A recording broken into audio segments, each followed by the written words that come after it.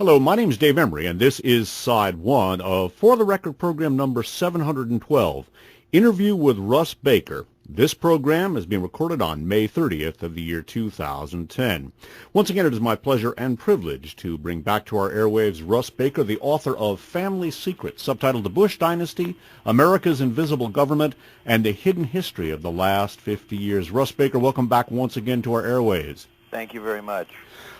In this remarkable book, you have, as I said before, taken what most people like to do, what most critics like to demean as conspiracy theory, unquote, and really illustrated what would be much more credibly and recognizably characterized as networking.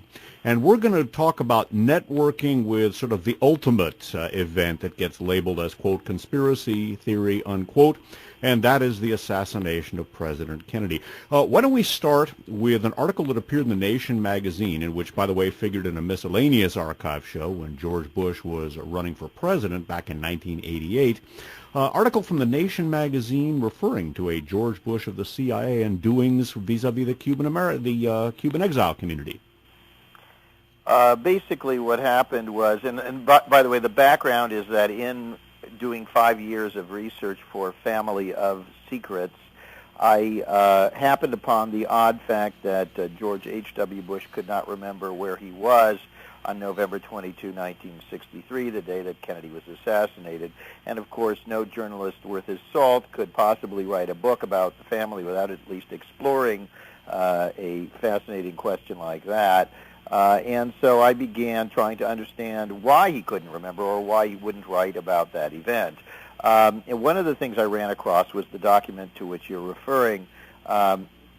Basically, back in 1988, when George H.W. Bush was about to receive the Republican nomination for President of the United States, The Nation published an article by a gentleman named Joseph McBride who had come across this declassified memo. It was an FBI memo, and basically this memo said that on November 23, the day after the assassination, the FBI had provided a briefing to representatives of two other intelligence agencies, naming the agencies and the individuals, one of them being Mr. George Bush of the CIA.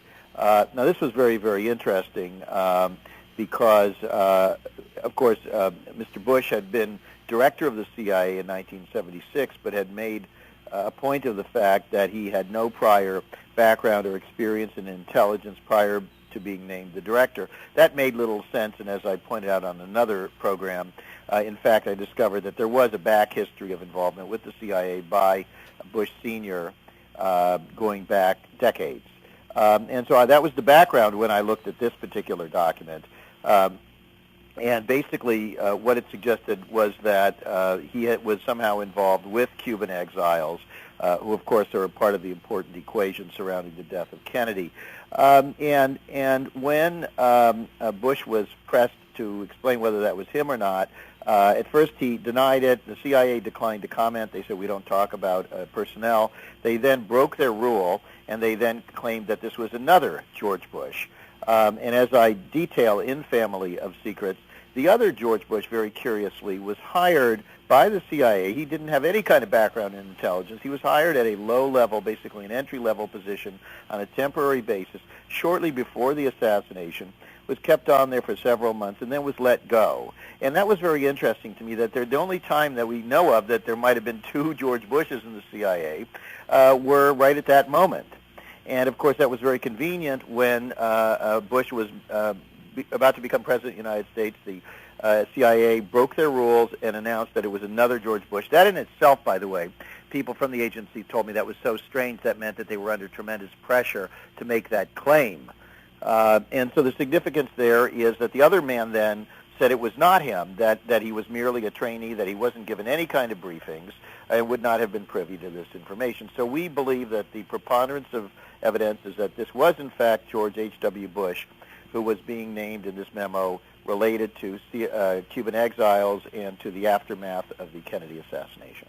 In our last interview, Russ Baker, you talked about one of the many things that you develop in Family of Secrets, which is the curious nature of poppy bushes. We should distinguish the two Georges. The poppy bushes, Zapata offshore petroleum, how it didn't make a lot of sense as a petroleum or business venture, but it made a heck of a lot of sense as an intelligence front, or what is known in intelligence circles as commercial cover. Develop that for us, and how does that relate to Cuba? Sure. Well, I mean, first of all, you have to, when you look at Cuba, it's important to discover that many of these wealthy families had huge investments there. The Bushes and the Walkers, that's the maternal side of the family, both had extensive investments in plantations in Cuba. And so they all had a stake in Castro not nationalizing their properties. They had a stake in getting rid of Castro after he did so. And so that's the background. And then you have Zapata Offshore, as I say, a company whose numbers made no sense. It didn't look to be a company. It was getting tremendous amounts of money coming in from very well-connected figures in Washington, including the publisher of the Washington Post, for this little tiny company based in Texas. It didn't even have particularly good prospects. And H.W. or Poppy Bush was traveling all over the world on business that seemed to have nothing to do with the size of the business itself or of its activities with offshore. And one of the things I focused on in Family of Secrets is how Zapata put this rig on an island owned by Howard Hughes, who had extensive connections, as many wealthy people did, with the intelligence apparatus, that he provided this location. They put a rig there. They employed Cuban exiles to work on the rig. And then the rig was commissioned supposedly by a couple of major oil companies, one of which Gulf had on its board Kermit Roosevelt. Kermit Roosevelt, having just left the CIA, where he had been in charge of the coup in Iran against the democratically elected leader Mohammad Mossadegh, whose principal crime had been, again, involved with nationalization of resources. And so that's the background there. There's the rig. It's right off of Cuba prior to the Bay of Pigs invasion. That was clearly some sort of an operational location. And actually, in Family of Secrets, I cite correspondence between Neil Mallon, who was Poppy Bush's sort of godfather, you might say, favorite uncle, Neil Mallon and Allen Dulles, the head of the CIA, talking about our quote-unquote Caribbean project and how they were working together. Other correspondence where Mallon talks about how their company was being used to help recruit officers for the CIA.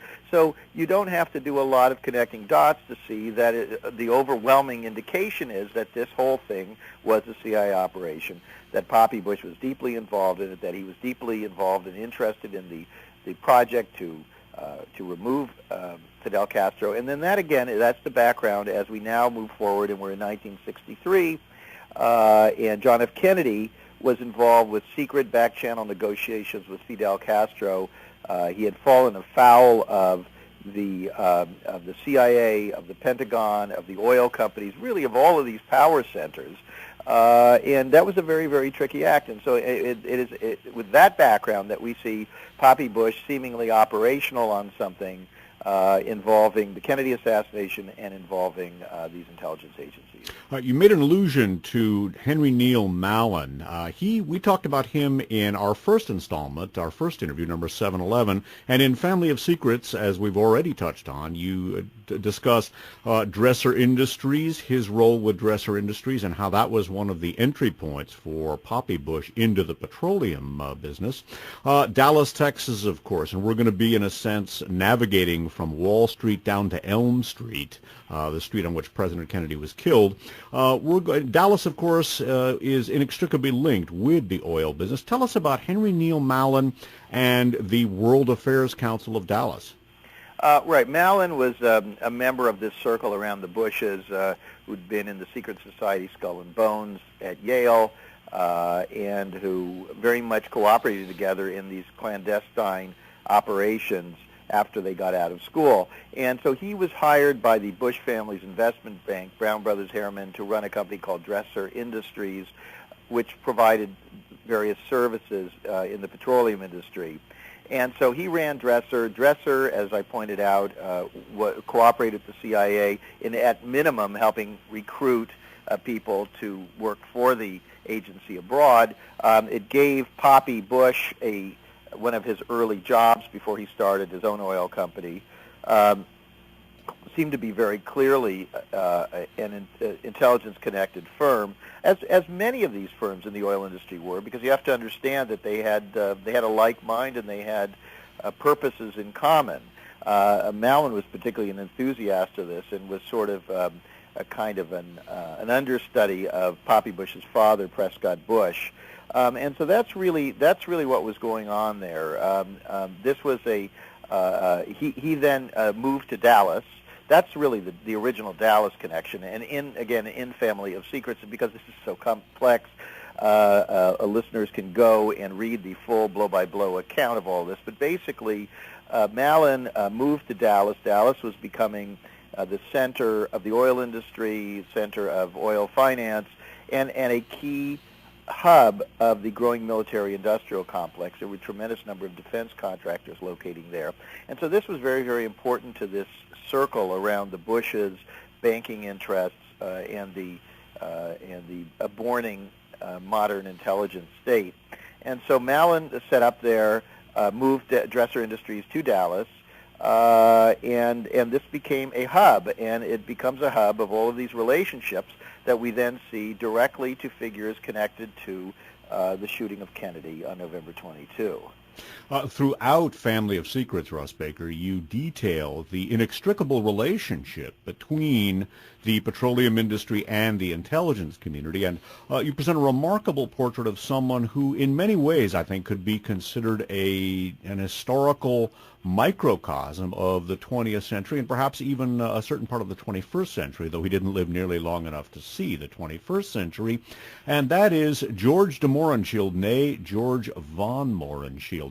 And given that we could probably spend a whole hour on de Mohrenschildt alone, I wonder if you would detail his background, starting with Tsarist Russia, the Nobel oil fields, and this world of Cold War activities, espionage, petroleum, and after sort of an introduction, and the de Mohrenschildt family as a whole, talking about some of the deep networking. I was fascinated to see de Mohrenschildt. I knew that he knew the Bouviers, but I didn't realize that before World War II he was networking with the Bouviers, the family of Jackie Kennedy, and with the Bush milieu.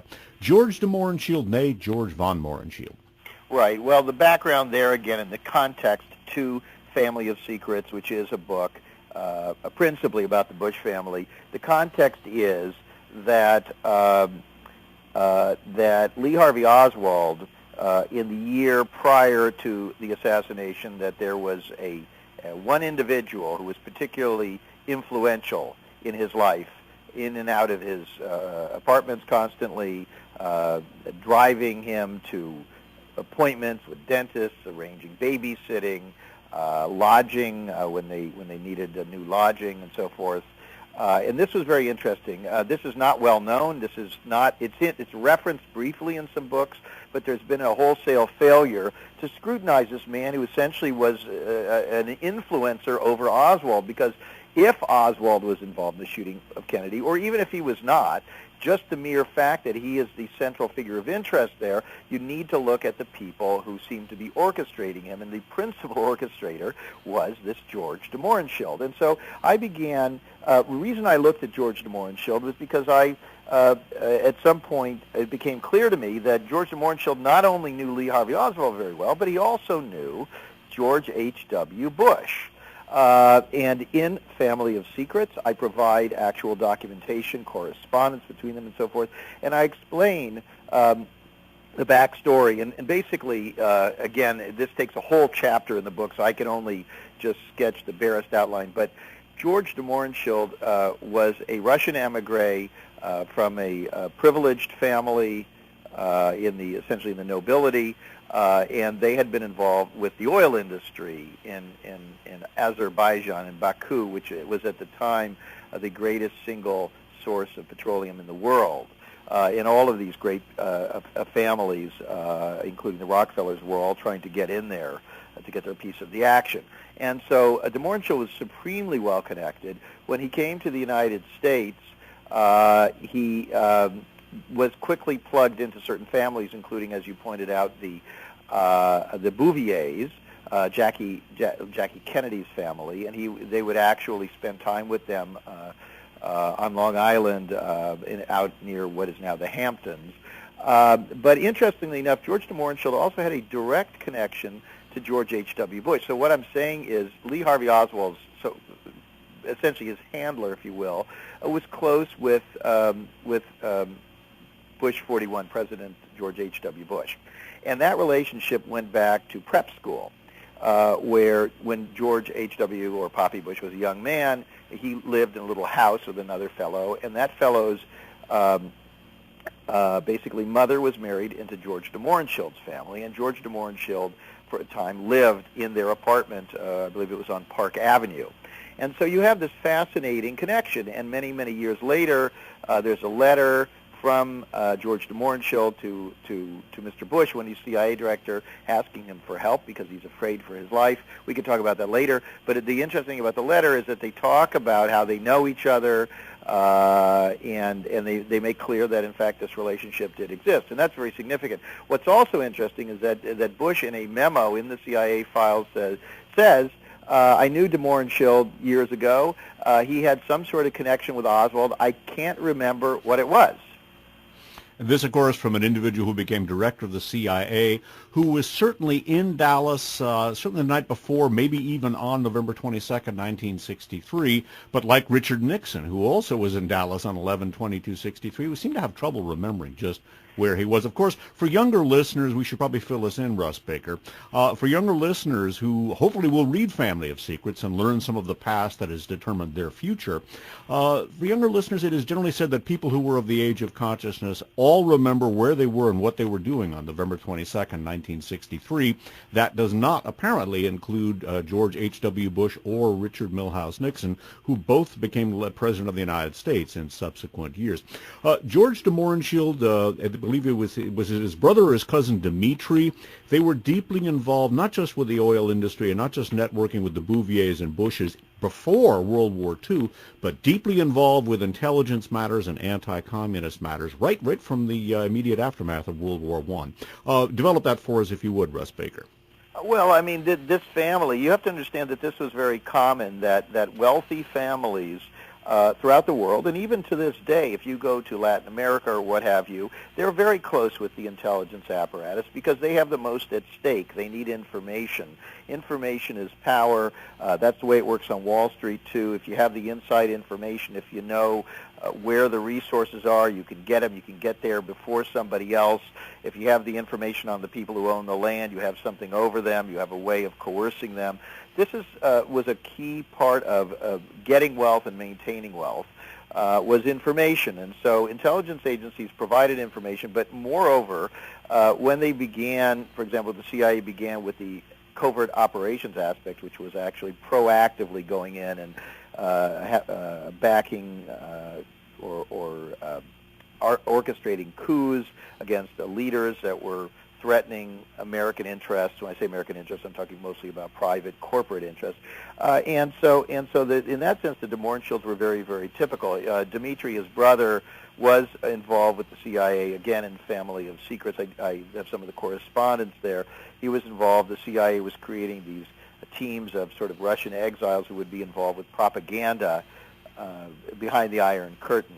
So that's the background to this family. Of course, we could go on, and it could continue to sprawl in all directions. But the key point here, I think, for anyone listening and interested, is that what I'm doing in Family of Secrets is I am explaining the back history of what is going on right now in America and in the world and what will be going on in the future. And it is a narrative that is entirely missing from the conventional media. And so when you hear about this oil blowout in the Gulf, the worst environmental catastrophe ever of that kind, there's no context, there's no understanding that Halliburton, one of the companies involved with the operation there, was merged with Dresser Industries, the same company that the Bushes were involved with, that a lot of these companies were in a particular building in Dallas where it seems like almost every entity in that building, as I describe in Family of Secrets, had CIA connections.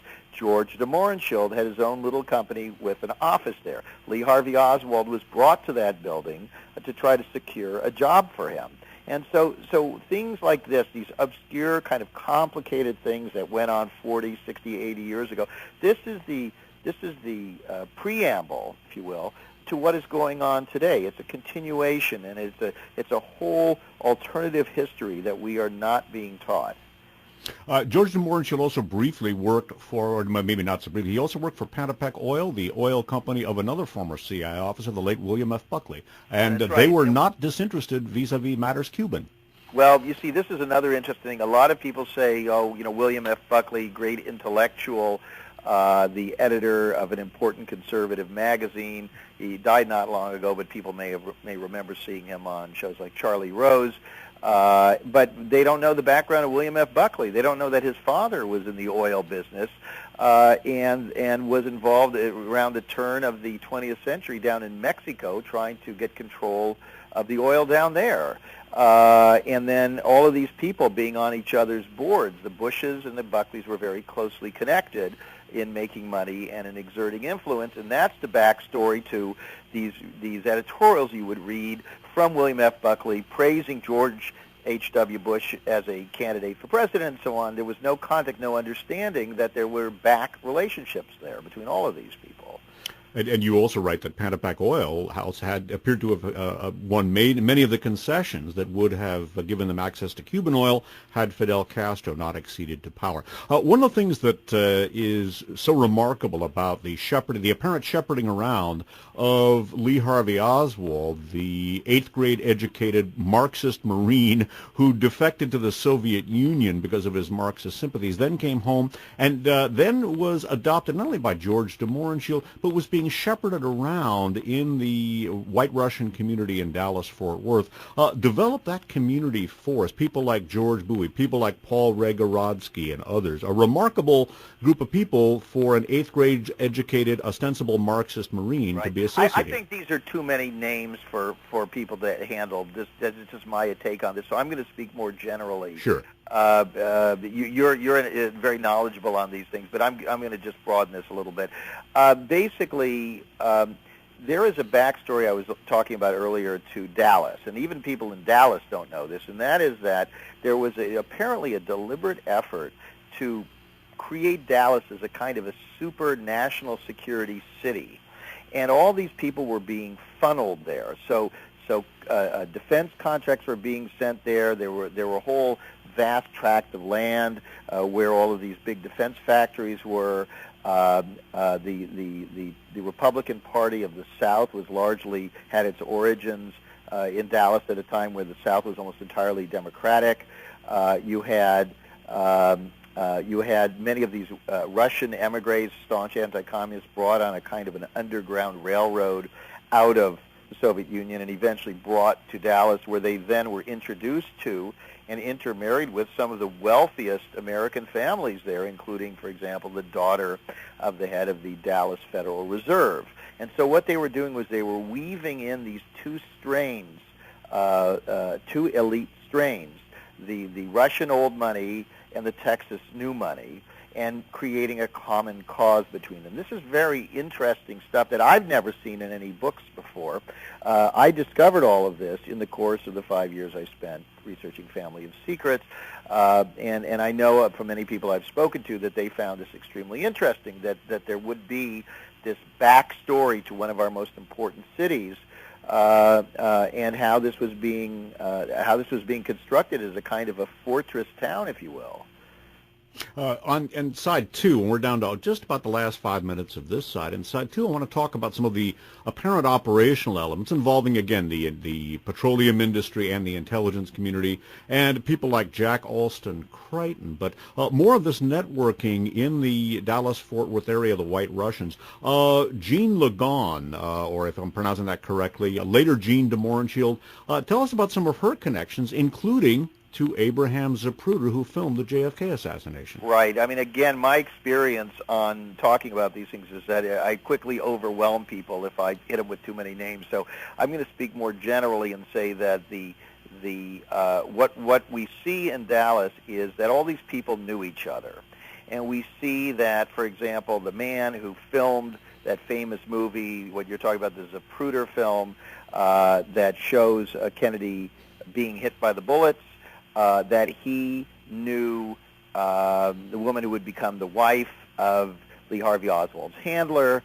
That's a very, very close relationship here. That all of these people were members of the same elite anti-communist councils there. They would actually sit and meet and talk about what was happening in the world. These people, almost to a person, were alarmed by John F. Kennedy and by what he was doing. And in Family of Secrets, I have one chapter devoted principally to this whole story of what was John F. Kennedy doing. It turns out, and this surprised me, it was not something I had realized before, was that Kennedy in many ways was much more radical than he is portrayed in the mainstream media and in conventional academia, and that he was really very, very concerned about things like the risk that he would preside over the destruction of large parts of the country in some sort of a nuclear Holocaust, and so he didn't want that to happen. Was very, very involved with back-channel negotiations with the Soviet leadership to the consternation of the Joint Chiefs of Staff and many of these other interests. And so you see all of these people, like this wife of Jean, the wife of Mohrenschildt, Zapruder, the man who filmed the Kennedy assassination. And by the way, then his film was taken out of public sight for years, controlled by Time Life Publications. Henry Luce, the head of it, a close friend, again, of the Bush family, a member of Skull and Bones. And so when you were talking earlier about how people poo-poo anything like this as conspiracy theory, it's basically kind of ignorance and laziness. And in fact, if you didn't find all of these facts, and that there are so many of them, indisputable facts of any kind of interest at all, you'd have to be guilty of, you might say, coincidence theory. Mm-hmm. Which would be that everything is a coincidence and nothing means anything. Now, when we look at our own lives, we look at patterns. And, you know, when somebody is worried about their child, the child repeatedly doesn't come home on time, tells stories that don't seem to be true, they want to know, they want to get to the bottom of it. Why our country would not, as a society, want to get to the bottom of all of these fascinating, indisputable facts is beyond me. I think it's a kind of a collective sort of terror at the notion that there is a bigger story there, and that our democracy is not and has never been anywhere as robust as we like to convince ourselves that it is. Centuries ago, Dr. Johnson observed that it can be truly said that treason doth never succeed, for when it doth succeed, none dare call it treason. Russ Baker, tell us about Family of Secrets, subtitled The Bush Dynasty, America's Invisible Government and the Hidden History of the Last 50 Years, the website, and where people can obtain it. And we're going to talk more about this networking, not conspiracy theory, but networking in Sadu. Tell us about your website and how people can get the book. Family of Secrets. We have a website, familyofsecrets.com. You can go there and click and order it through the links. You can also go to your local bookstore. Hopefully they have it. If they don't, tell them about it. They can order it. You can get it in the chains. You can get it online, Amazon and so forth. And we also have a nonprofit investigative reporting site called whowhatwhy.com, whowhatwhy.com, where we continue these sorts of deep explorations into our current history. If it seems like we've been drinking from a fire hose, rest assured that there is so much more just in the subject of Dallas that we have not touched on, and we're going to touch on some of it in Side 2. However, this concludes Side 1 of For the Record program number 712, interview with Russ Baker. This has been recorded on May 30th of 2010. For Russ Baker, this is Dave Emory saying thanks for listening.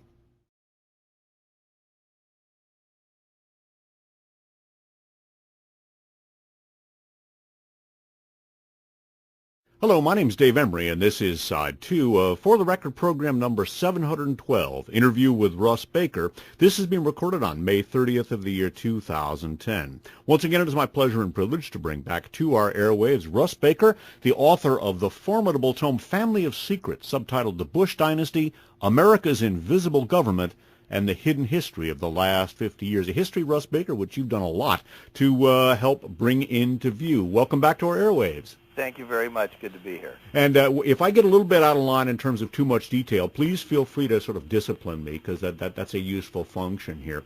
Anyway, back to the events of Dallas, Texas, and George H.W. Bush. There is a milieu which not only involves the intelligence community, but the oil industry. And one of the people you talk about is Jack Alston Crichton, an individual with more connections than a switchboard and who figures prominently in this. And I wonder if you would fill in how he fits into this concatenation. Right.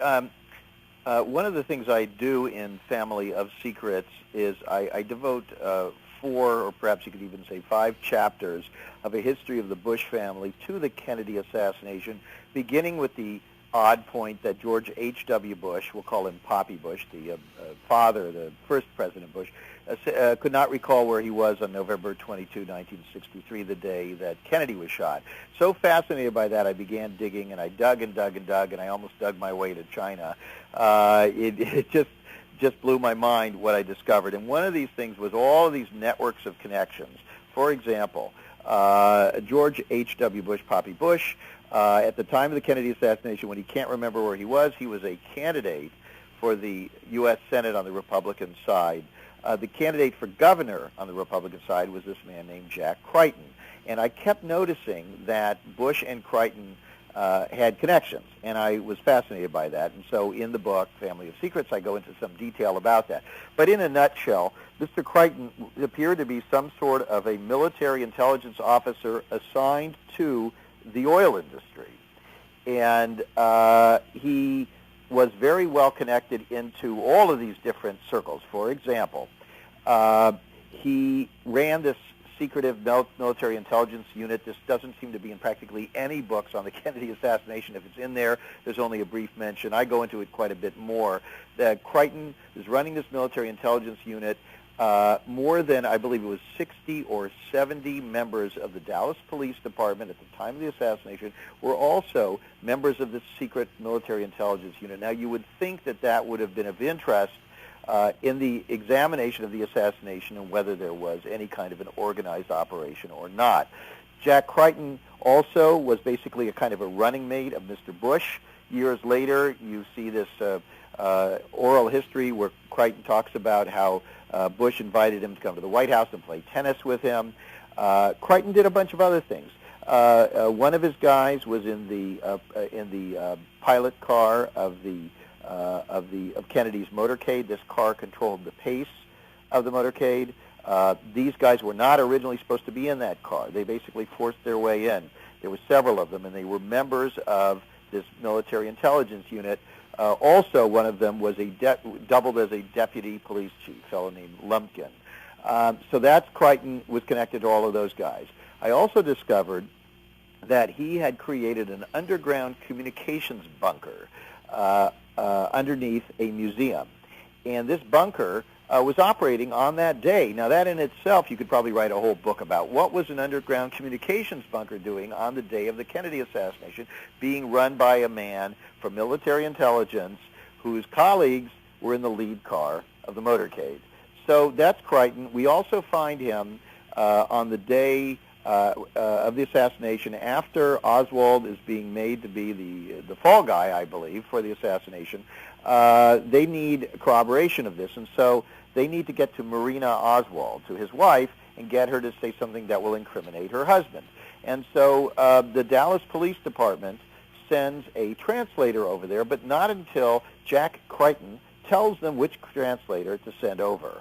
And it is another Russian emigre named Ilya Mamontov, who works for an oil company, again tied in with the same intelligence interests.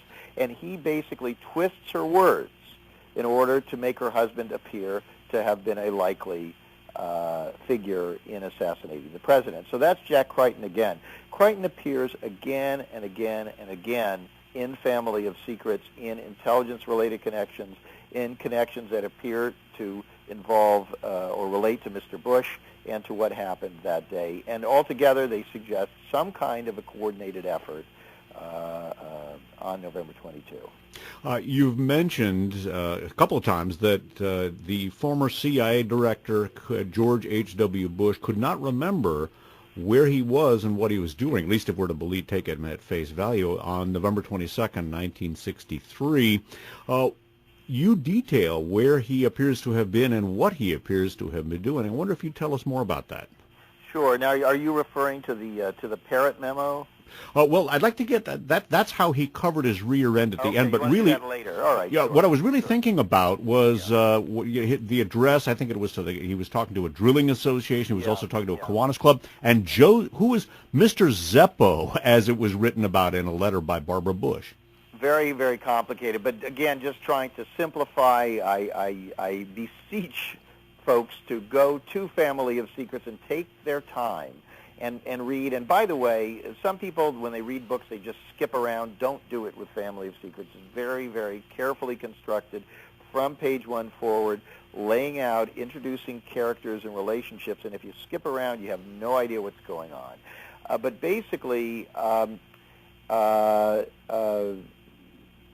some years later, another declassified memo came to light, and this one showed that George H.W. Bush, on November 22, 1963, the same person who could not recall where he was, and the same person who, in another memo, is characterized as secretly working as a Central Intelligence Agency officer with Cuban exiles at the time of the assassination. In this other memo, he is presented as a private citizen, an oilman, who is in a town about 40 miles from Dallas, and he's calling the FBI as it is being announced that the president has died, and he's saying, I may have some information on who shot the president.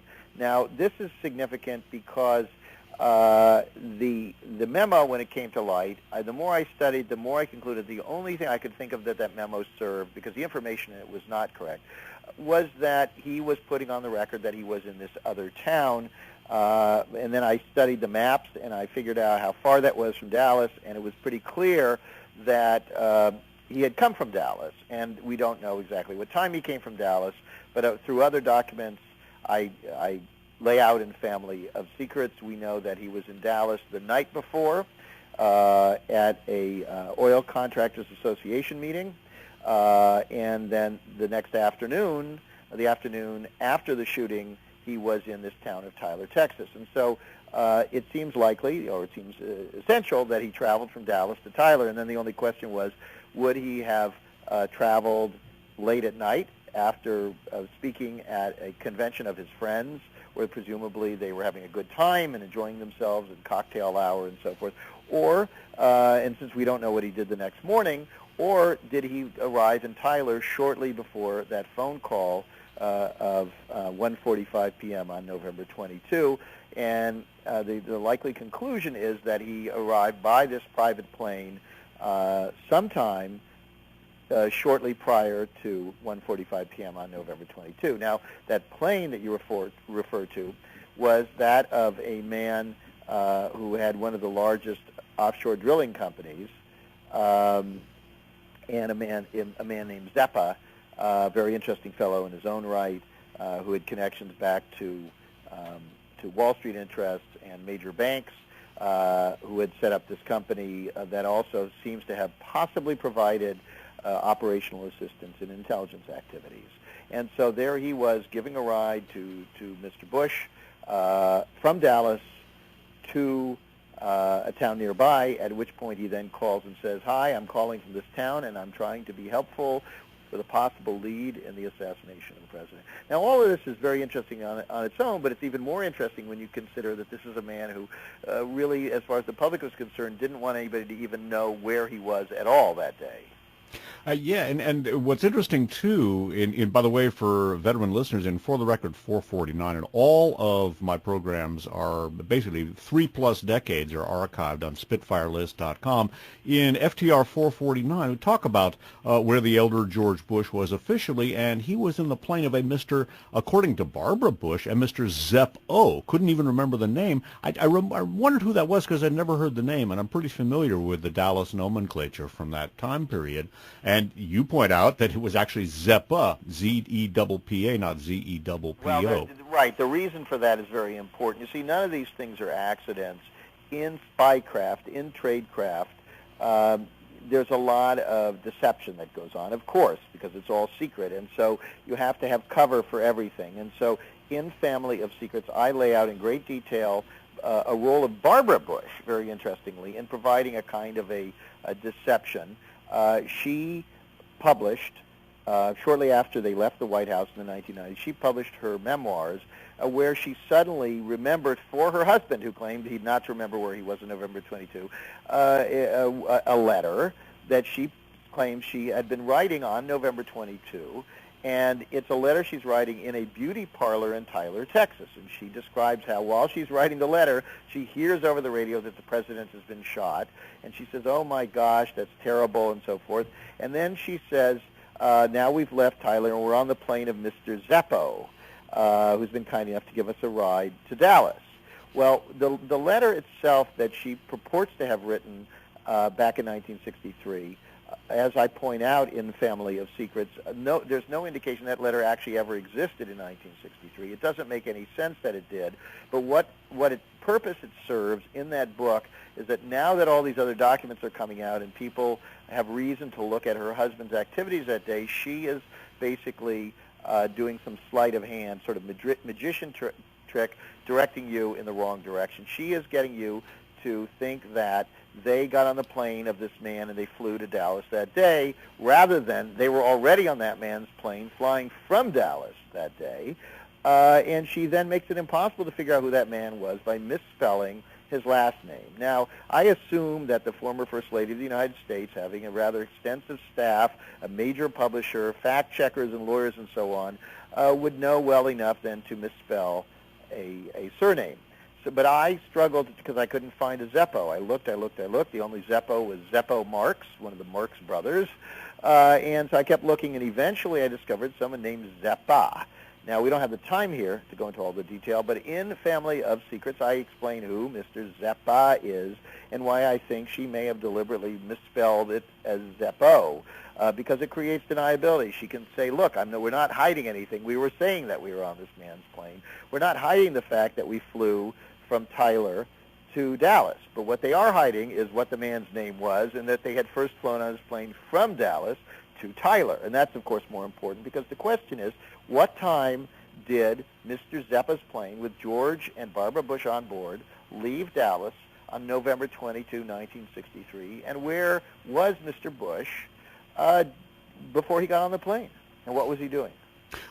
Barbara Bush also wrote about another one of her friends while she was sitting there having her hair done as President Kennedy was getting his hair done in a very different way.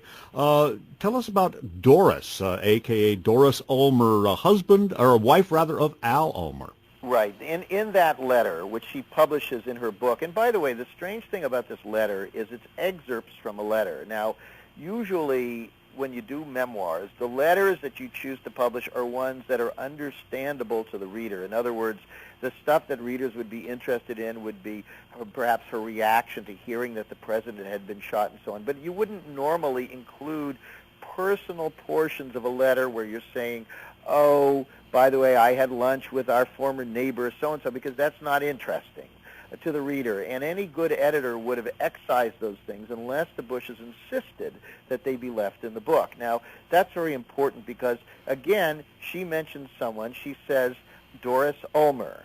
And she says it was so good. This week we had lunch with the Ulmers, and she only uses the name Doris Ulmer. She doesn't say what her husband's name is. But she says in there her husband had been, you may remember them, her husband had been so good to Daddy, to Poppy, not to Daddy, to George, to Poppy Bush, when he was in Greece. And, of course, I wondered, well, when was he in Greece prior to 1963, and I looked, and there was no indication of him having been there until I found certain documents. And of course, I discovered, going through Ulmer, eventually I discovered that Al Ulmer was CIA. Now, this is, of course, back in the 1950s. They would have met in Greece when George H.W. Bush supposedly had nothing to do with the CIA. But there he was, apparently being treated very, very well by Alfred Ulmer, a key CIA operative in various parts of the world, very involved, very interestingly, with coups. He was involved with removing foreign leaders that the United States, or rather the CIA and its sponsors, did not like. He was involved with efforts to try to remove the nationalist leader, Sukarno, in Indonesia. And so here, some years later, we see that the Bushes are hanging out in Texas around the time of the Kennedy assassination with Al Ulmer, who I discovered didn't even live in the United States. He had been living abroad since he and his boss, Allen Dulles, were forced out of the CIA by John F. Kennedy. And so it's very interesting that Al Ulmer should choose the week of Kennedy's assassination, he being an expert in the removal of heads of state, that he should choose that week to visit Texas and to have lunch with the Bushes. It's also very interesting how Barbara Bush, again, both provides a lead, but then she obscures the lead so that nobody can find it. But if anybody does find it, she can say, well, obviously I wasn't hiding anything. I can't help it. I misspelled this person's name, and that I didn't say who Doris Ulmer was married to. Do you understand? This is a very, very sophisticated covert and propaganda effort. You made an allusion to Allen Dulles, who, of course, was fired by President Kennedy for lying to him about the Bay of Pigs, and then served on the Warren Commission, ostensibly investigating Kennedy's assassination. Allen Dulles, you, of course, have been involved in promoting your book, Family of Secrets, Russ Baker.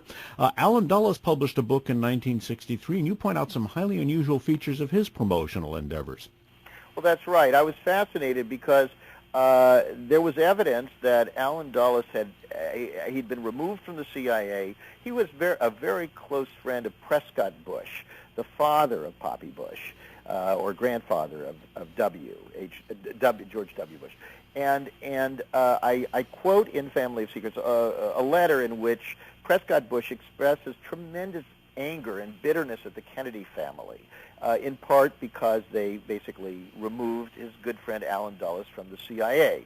So this obviously was something of an obsession for the Bush family, and this helps contextualize the "where was George" aspect of this. And Dulles, so where was Dulles? And we discover that he requested a list of CIA officers and former CIA officers in Texas, and that in the year prior to the assassination, he publishes this book, which is no great shakes, and he does a book tour, but all I can find for the book tour is Washington, D.C., and Dallas, and he's in Dallas ostensibly for his book tour, just a few weeks before the assassination, which is very interesting to me. It's also interesting to me that his book is written with E. Howard Hunt. E. Howard Hunt being, of course, a CIA coup specialist in Guatemala, where they got rid of President Arbenz, who was threatening the interests, again, of wealthy American families and corporate interests in that country. So you start to see a pattern here. These guys, Ulmer and Dulles and Hunt and so forth, all on first-name basis, very close with the Bush family, all involved with the CIA, all involved with overthrowing leaders who have angered powerful corporate interests in the United States. And that really, I think, is the larger theme in Family of Secrets, which is that the United States government at those levels is not operating on our behalf, is not carrying out the policies that they try to sell to the voters, but instead is serving the interests of this very small clique of powerful and wealthy people. Yes, and of course, E. Howard Hunt will come back into our narrative in connection with Watergate. Who was the mayor of Dallas, Texas, on November 22nd, 1963? Cabell, and Cabell, C-A-B-E-L-L. Very interesting story about him. His brother was the deputy director of the CIA, also removed at the same time as Allen Dulles. And so there's another interesting connection there. These connections are so powerful. This web, if you drew a chart and you connected all these people. Now, it is true that some powerful people tend to know each other, but this is operating on a completely different level. And I've talked to statisticians and people involved with probability, and they say that at this level of connection and of interest, not just connection, but of interest, of agenda, as stated in their own diaries, in their own letters, and so on, you have a very, very powerful coming together of individuals and agendas. Simply from an actuarial standpoint, it's extraordinarily unlikely, if not downright impossible, that all of these people would happen to come together in just this particular place at just this particular time in coordination with one another. Very quickly, one of the details you point out about Allen Dulles' book tour is that apparently that Dallas appearance in October of '63 was about the only time he departed from the Mid-Atlantic states in the Washington, D.C. area in that book promotion tour. One more name I'd like to fill in for the listeners, Russ Baker, in family, and then we're going to get to the parrot memos, so to speak. In Family of Secrets, you write about who owned the Texas School Book Depository from which Lee Harvey Oswald supposedly fired the shot that killed President Kennedy, and once again, this is a very interesting and well-connected individual. That fascinated me, and I kind of got into the whole thing of Oswald backwards, because again, I was just simply trying to understand how, why Poppy Bush's memory failed him in relation to the day Kennedy was shot. This, of course, then took me to the relationship with George de Mohrenschildt, we talked about on the other program, who was essentially tantamount to a handler for Lee Harvey Oswald, steering him to his ultimate fate. George de Mohrenschildt himself having ties directly to the Bush family. And so I continued to sort of examine these things, and I looked at certain things about Oswald. I was less interested in focusing on the things that so many of these other books do, which is the ballistic evidence and so on, all of which I think can be easily cooked, to situational matters. So, for example, Oswald could not have been considered to be the suspect in the assassination had he not been working in this building, the so-called Texas School Book Depository, that day. So I began to wonder, how did he get his job in this building?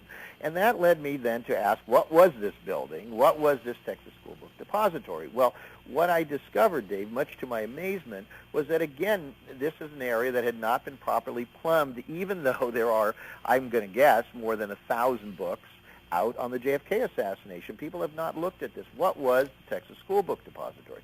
This was not the name of the building. This was the name of a company. It was a company called the Texas School Book Depository Company. It was a company that wholesaled textbooks to schools. And the building that they moved into, called the McPherson Building, was largely empty until shortly before the assassination. Again, this fact is missing from most accounts.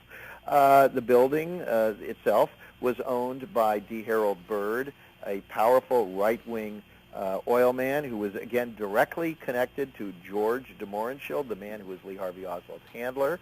I document that in Family of Secrets. He also was a founder of a paramilitary group called the Civil Air Patrol in Louisiana, which was where Lee Harvey Oswald got his first introduction into those circles, and that led him in turn into the Marines and then into some of these other things.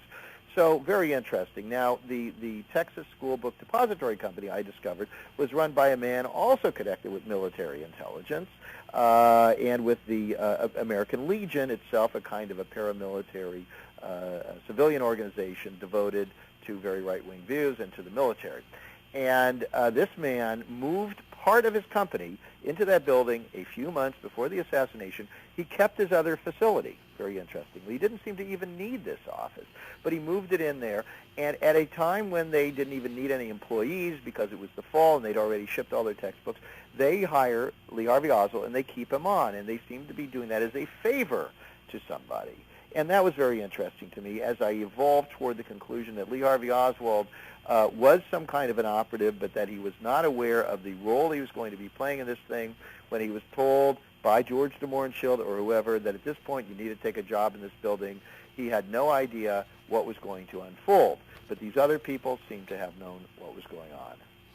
Yeah, and you point out, too, that ultimately Byrd was the beneficiary of defense contracts. He hated Kennedy, and he had the window from which Oswald allegedly fired at Kennedy removed from the building and ultimately reassembled at his own home. So yes, Byrd was a hunting enthusiast. He loved the idea of using rifles to bag rare big game, and he would actually go and look for highly prized rams and other wildlife and kill them. And it was very interesting that he then makes it possible for this military-connected company to move into the building to put this Oswald in, and he takes off. And so even though he knows that the president's going to be in town, a president who he despised, he takes off for his first ever foreign safari, and he happens to be in Africa at the time of the shooting. And so, of course, when the Warren Commission convenes, they don't bother to interview him because, well, hey, he wasn't even around that day. So quite interesting. But then afterwards, he has the window from which Oswald allegedly shot. And by the way, I don't think he shot out of that window. But that window, that iconic window, removed and put into his house as some sort of a bizarre trophy. Basically, the window of opportunity, so to speak. It was in front of that building that Chief Lumpkin, a member of Jack Alston Crichton's military intelligence unit, stopped and spoke to one of his policemen. We got about 3+ minutes, maybe 4 minutes left. You talk about a very interesting memo. By the way, George Bush, by the way of George H.W. Bush, covering his behind in this, the Parrott memo, and how do you see that as relevant to the situation? Almost impossible to get into that. I have a whole chapter in Family of Secrets just on the Parrott memo. I'll try this very fast. There is the phone call from Tyler, Texas, where Bush says he'd like to be helpful, and he offers a tip. He identifies a man named James Milton Parrott. He says, I don't know much about this man, but I think he may have been talking about shooting the president.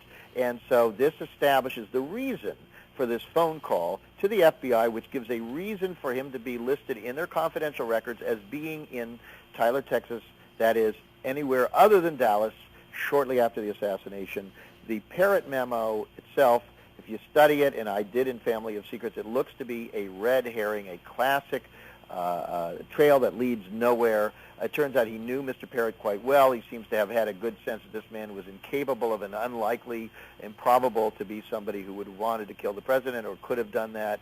He actually knew Mr. Parrott much better than he let on. And as we discover, Bush's own assistant was going to Mr. Parrott's home precisely at the time Mr. Bush was calling the CIA, calling the FBI, while he was saying Parrott may be a threat. His own assistant was showing up at the man's house, asking him to do some work for Mr. Bush and providing him with what would ultimately be an alibi so that neither of these guys would get in trouble. And again, you have a whole chapter on that. Listeners may be holding their heads, their eyes may be rolling at this point. They may be completely overwhelmed with information.